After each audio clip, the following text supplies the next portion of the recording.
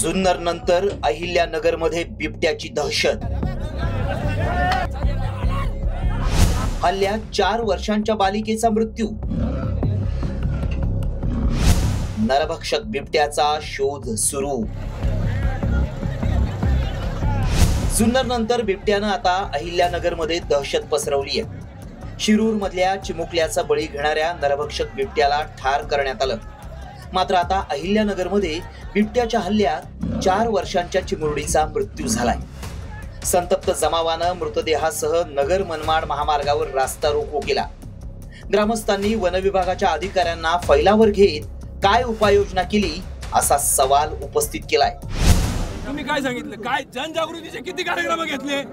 60-70 बिबटे फिरू राहिले, तुम्ही किती कार्यक्रम घेतले एवढं सांगा मला। 36 तुमच्याकडे कार्यक्रम घेतले, आम्ही पिंजरे लावायचे,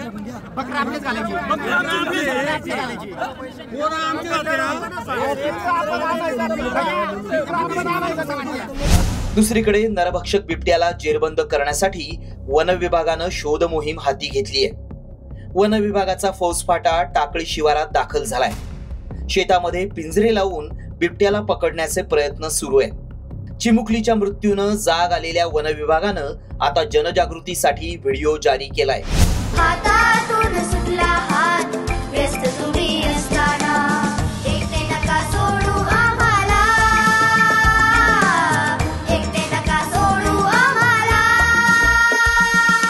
बिबट्यापासून सावध राहूच आपण, बिबट्यापासून सावध राहू। जुन्नर वन परिक्षेत्रातील बिबट्यांच्या स्थलांतरासाठी 11.25 कोटींच्या निधीला राज्य सरकारनं मंजुरी दिली आहे।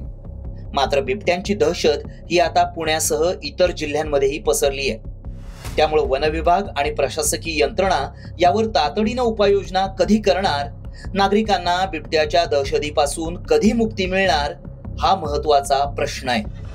सचिन जाधव, साम टीव्ही न्यूज, अहिल्यानगर।